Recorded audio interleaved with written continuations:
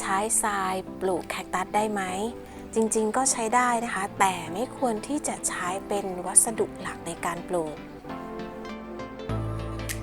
ในตอนที่นกผึ้งเริ่มต้นเลี้ยงแคคตัสใหม่ๆนะคะก็คิดว่าน่าจะปลูกได้เพราะว่าแคคตัสเป็นพืชทะเลทรายแต่ในความเป็นจริงการที่เราใช้ทรายล้วนๆปลูกแคคตัสแบบนี้ก็ไม่เหมาะสมนะคะเพราะว่าการใช้ทรายล้วนๆนะคะเวลาที่เรารดน้ำลงไปเนี่ยจะทำให้น้ำเนี่ยแห้งลงไปเร็วระบายลงไปเร็วนะคะอีกทั้งว่ายังในทรายเนี่ยไม่ได้มีสารอาหารเพียงพอ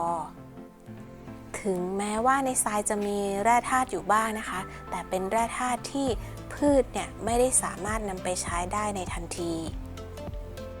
แคคตัสจำเป็นที่ต้องใช้เวลาสักพักหนึ่งเพื่อที่จะดูดความชื้นจากวัสดุปลูกนะคะแต่ถ้าทรายล้วนๆเนี่ยจะทำให้น้ำเนี่ยระเหยหรือว่าแห้งไปเร็วจนเกินไปนะคะ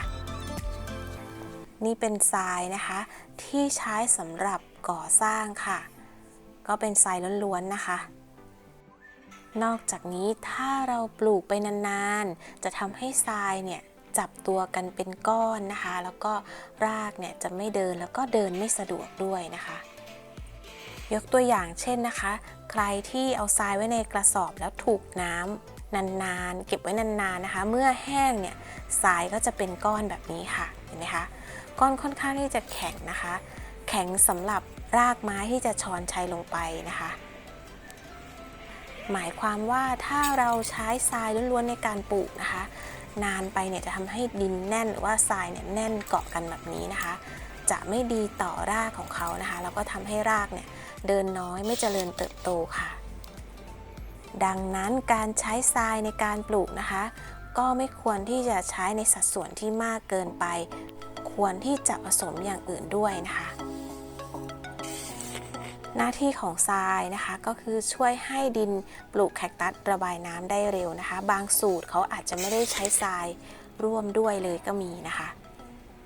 แต่ถ้าใครจะใช้ก็ได้นะคะเพราะว่าทรายหาง่ายแล้วก็ประหยัดด้วยนะคะเราจะผสมดินพีทมอสแล้วก็หินภูเขาไฟร่วมด้วยนะคะไม่ควรที่จะใช้ทรายแบบล้วนๆค่ะสูตรดินก็หาง่ายนะคะเพื่อนๆจะค้นหาใน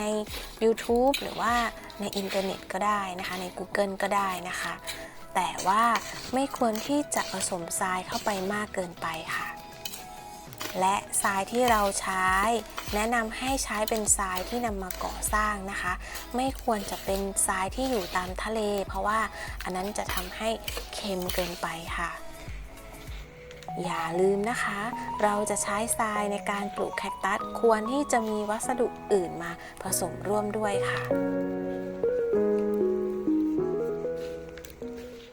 ถ้าเพื่อนๆท่านใดนะคะมีความคิดเห็นอย่างไรนะคะก็สามารถคอมเมนต์ลงมาใต้คลิปได้เลยนะคะ